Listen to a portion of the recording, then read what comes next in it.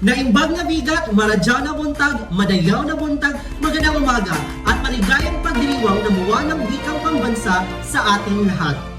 Hayaan niyo po akong magpakilala sa aking sarili. Ako nga pala si Ginoong Joselito Roletti Abasolo, 25 taong gulang, isang lisensyadong guro na nakatira sa Global Subdivision, Rosario, Ciudad ng Nadag sa probinsya ng Surigao del Sur. Ako ay nagtapos ng kursong Bachelor ng Edukasyong Pansekundarya, Mid-Year sa Filipino bilang Magna Cum Laude. Kasalukuyan ngayong kumukuha ng Master of Arts ng Filipino Language Teaching para sa ika-34 na unit sa NAMSU. Samantala, ako ngayon ay nagtatrabaho bilang part-time instructor sa Department of Languages ng NAMSU at kasalukuyang bilang staff ng Office of the Vice President for Research and Extension.